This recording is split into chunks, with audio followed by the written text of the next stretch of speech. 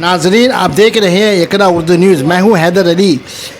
इकरा Urdu news का गुज़श्ता कल Khardah municipality ward number 1 में कोरोना से मुतासिर एक मरीज़ पाने के बाद पूरे इलाके को सील कर दिया गया है। आज सुबह सवेरे खर्दा वार्ड की नंबर 1 के काउंसलर मोहम्मद कौसर ने पूरे इलाके को सैनिटाइज़र किया।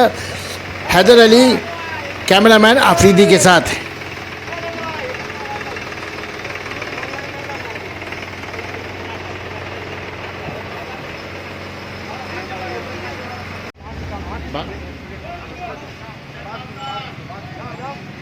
बंद कर लिए, दरवाजा बंद कर लिए।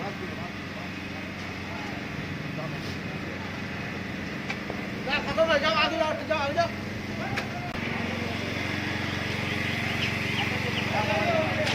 अरे दरवाजा में मारो, दरवाजा में।